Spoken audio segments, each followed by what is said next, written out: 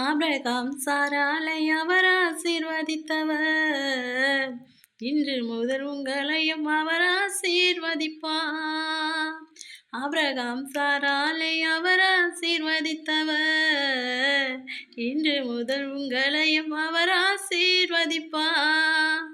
கர்த்தருக்கு பயந்து அவர் வழிகளில் நடந்தார், நித்த வாழ்வில் சமாதானமே. கர்த்தருக்கு பயந்து அவர் வழிகளில் நடந்தார், நித்த வாழ்வில் சமாதானமே. நிச்சயமாகவே நிச்சயமாகவே நிச்சயமாகவே நிச்சயமாகவே. எத்தனை பேருங்க விசுவாசிக்கிறீங்க? நிச்சயமாகவே கர்த்தருக்கு பயந்து அவர் வழிகளில் நடந்தீங்கன்னா கண்டிப்பா தேவனை கர்த்தர் நம் தேவைகளை சந்திப்பார். அவருக்கு பிரியமான மகளா நம்மளை வாழ வைப்பார்.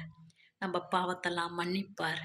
நம்ம பரிசுத்தமாக வாழ தேவனை கர்த்தரை பிடித்து கொள்வோம். ஆமென். இந்த உலகத்தில் பரிசுத்தன்னு ஒன்று இருந்தால் அது தேவனை கர்த்தர் ஒருவர் மட்டும்தாங்க.